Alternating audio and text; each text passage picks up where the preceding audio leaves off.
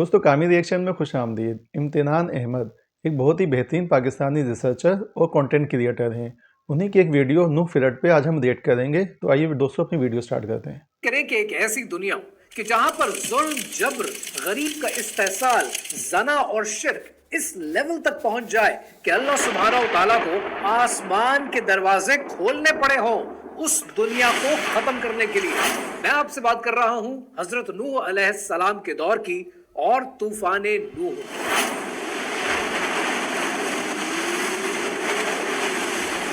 अल्लाह सुब्हानहू व तआला ने कुरान मजीद में इरशाद फरमाया, तो हमने आसमान के दरवाजे खूब गरजने वाले पानी से खोल दिए। अब अगर तूफान नूह के वक्त अल्लाह सुब्हानहू व तआला को इस दुनिया को तबाह करना था, इसको एक रीस्टार्ट देना था, हर चीज को वाइप आउट करना था, तो बारिश भी की जा सकती थी, समंदरों में तूफान भी लाया जा सकता था। लेकिन लिटरल वर्ड्स के अंदर अल्लाह सुब्हानहू व तआला ने कितने क्लियर अल्फाज में बताया कि मैंने आसमान के दरवाजे खोले। यानी आज सवाल ये बनता है कि हजरत नूह अलैहिस्सलाम के दौर में वहां के लोग और उनकी कौम ऐसा क्या कर रहे थे कि उन्हें वाइप आउट करने के लिए, उनके कुफ्र को, उनके जबर को खत्म करने के लिए आसमान के दरवाजे खोलने पड़े। और क्या जो कुछ वो कर रहे थे आज हमारी दुनिया में हो रहा है? या बिल्कुल नहीं। और अगर हो रहा है तो इस ग्लोबल एजेंडा के अंदर हमारी पोजीशन, हमारी स्टैंडिंग क्या है? और ऐसा क्या हुआ कि ये सब कुछ वाइप आउट करने के बाद एक बार फिर हजरत नूह अलैहिस्सलाम के उस तूफान के बाद फिर शिर्क का आगाज हुआ? कहानी क्या है, आइए समझते हैं।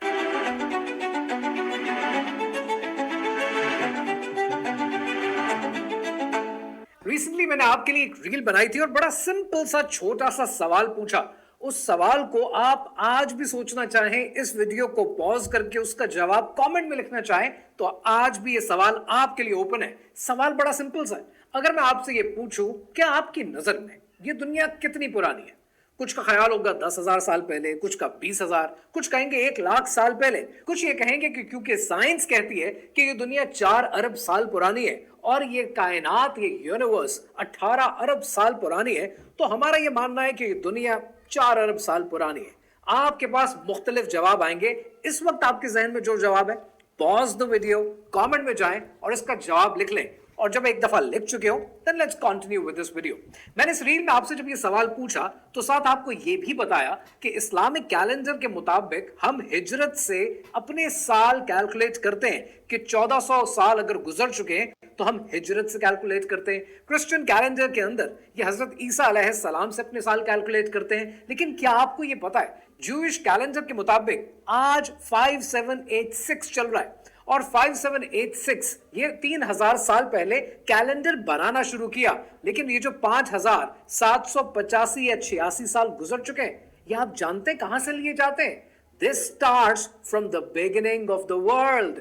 आज साइंस के नाम पर आपको नई नई थ्योरीज पकड़ाई जाती हैं, rather I should say science के नाम पर नहीं, साइंटिज्म के नाम पर। और रेडियो कार्बन मीटरिंग का जो सिस्टम है वो खुद से कितना फ्लॉड है उस पर मैं नहीं, उस पर दुनिया जहान के साइंटिस्ट बात कर रहे हैं। इसलिए आज आपको तो थ्योरीज पकड़ाई जाती हैं, लेकिन ये दुनिया जितनी पुरानी आपको बताई जाती है, इतनी पुरानी ये दुनिया नहीं है।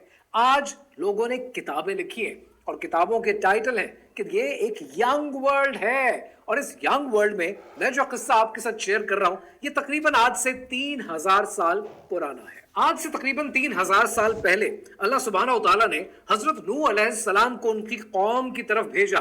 सूरह अल अनकबूत में अल्लाह सुब्हानहू व तआला इरशाद फरमाते हैं, और हमने नूह को उनकी कौम की तरफ भेजा तो वो उनमें 50 बरस कम 1000 रहा। आखिर तूफान ने उनको आ पकड़ा और वो जालिम थे। हमारी एक अजीब सी मेंटालिटी है, जब भी हम पुराने जमाने का जिक्र करते हैं, अंबिया के किस्से पढ़ते हैं, हमें ये लगता है कि उस दौर का इंसान स्टोन एज में रहता था, पत्थरों में, गारों में तस्वीरें बनाता था, उसको टेक्नोलॉजिकली कोई अवेयरनेस नहीं थी। जबकि ये बिल्कुल असर नौ गलत है। जितना ग्लोबल रीसेट हो चुका है, और इस सीरीज में इंशाल्लाह आगे चलकर एक एक रीसेट जो हो चुका है वो भी बताऊंगा और जो होने वाला है उसका जिक्र भी आपके साथ करूंगा। लेकिन जितने रीसेट हो चुके हैं कि हमें भुला देते हैं कि पिछले जमाने का इंसान टेक्नोलॉजिकली हमसे ज्यादा साउंड था। अगर हजरत नूह अलैहिस्सलाम की कौम का जिक्र करें तो इस्लामिक एस्कटोलॉजी में इनका तकब्बुर, इनके किब्रियाई, इनका शिर्क, इनकी अकड़ तो आपको मिलती है, लेकिन आपको बुक ऑफ इनॉक का जिक्र नहीं मिलता और नेफिलिम का जिक्र नहीं मिलता। और बड़ी हद तक हो सकता है कि ये दोनों अज़कार, बुक ऑफ इनॉक के भी और नेफिलिम के भी, ये सच ना हो, as quoted by many Muslim scholars. लेकिन जेनेसिस जब आप पढ़ते हैं, जब आप क्रिश्चियन और जूडाइज्म की एस्केटोलॉजी पढ़ते हैं, तो आपको कहीं ना कहीं उनके हिंट मिलते हैं। आज ये कहा जा सकता है, based on those textures and scriptures, कि कहीं ना कहीं हजरत नूह अलैहिस्सलाम की दौर से पहले कुछ ऐसा हो रहा था जो रब्बे ताला को बिल्कुल पसंद नहीं है।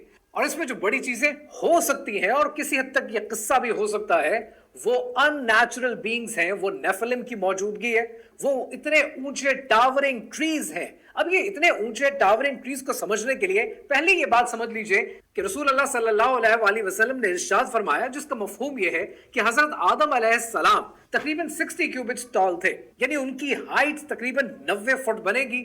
जब इंसान इतना लंबा हुआ करता था तो अल्लाह ताला ने चरिंद परिंद दरख्त भी उसी तनासुब से बनाए होंगे, तो हर चीज बड़ी होती होगी।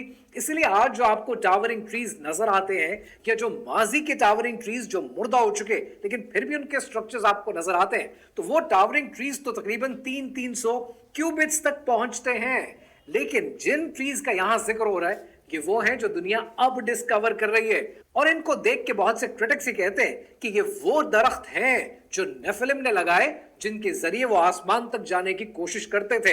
अब ये टावरिंग ट्रीज का कॉन्सेप्ट आपको तब समझ में आएगा कि जब नमरूद के उस टावर को, उस मीनार को आप पढ़ने की कोशिश करेंगे कि जिसके जरिए वो आसमान तक जाना चाहता था। हजरत नूह अलैहिस्सलाम के कौम में जना, जुल्म, आखिरत का इनकार जैसी बुराइयां तो थी, लेकिन ये कौम जेनेटिक मॉडिफिकेशन में, जेनेटिक टेम्परिंग में और म्यूटेशन में भी पड़ी हुई थी। अब ये यहां तक कैसे पहुंचे, इसके लिए ये वीडियो बुक ऑफ इनॉक के हवाले से है, इसको जरूर देख लीजिएगा ताकि आपके बहुत से कॉन्सेप्ट्स क्लियर हो जाएं। आज अगर आप जूडाइज्म का, क्रिश्चियनिटी का टेक्स्ट उठाकर देखेंगे तो हजरत नूह अलैहिस्सलाम के वाकयात की सच्चाई आपको उनकी एस्केटोलॉजी में और उनके रिलीजियस टेक्स्ट में भी नजर आएगी। यहां तक कि हिंदुइज्म के अंदर आपको इसका जिक्र मिलता है, और वो जिक्र मिलता है आपको मत्स्य पुराना में, जहां पर विष्णु को एक मछली के तौर पर दिखाया गया है कि जिसने मानव को यह खबर दी कि तूफान आने वाला है, इसलिए बीज संभाल लो, एक एक जानवर को संभाल लो, जानवरों की जोड़ी को कश्ती पे चढ़ा दो ताकि तूफान से बचा जा सके। लेकिन यहां पर एक सवाल है कि आज अगर दुनिया के इतने सारे टेक्स्ट में, रिलीजियस टेक्स्ट में हजरत नूह अलैहिस्सलाम के तूफान का जिक्र मिलता है, तो आज दुनिया के एलीट दोबारा अपनी कश्तियां क्यों बना रहे हैं? आज दुनिया में लग्जरी यॉट्स तो अपनी जगह, सेविंग के लिए बिलियनर्स ह्यूज यॉट्स क्यों बना रहे हैं? क्यों वो आज अपने बंकर्स की तरह अपनी जान को प्रोटेक्ट करने के लिए समंदरों में, पानी में ऐसे व्हीकल्स क्यों छोड़ रहे हैं? उसकी वजह यह है कि शायद वो कुछ ऐसा जानते हैं जो आप और मैं नहीं जानते। शायद एक मैन मेड डिजास्टर पैदा करने की कोशिश की जाए, शायद दुनिया में एक तूफान लाने की कोशिश की जाए, शायद दुनिया की पॉपुलेशन को कम करने की कोशिश की जाए, जिस पर एलीट्स ऑफ द वर्ल्ड तो काम कर रहे हैं, लेकिन ये शायद आपके और मेरे इल्म से अभी बाहर है। अब यहां पर दो बातें समझनी बहुत जरूरी है। पहले तो मैं आपको स्क्रीन पे कुछ तस्वीरें दिखा रहा हूं, ये वो शॉट्स हैं जो ऐसी किसी नागहानी आफत में, किसी तूफान में बिलियनर्स को बचाने के लिए बनाए जा रहे हैं। Millions of dollars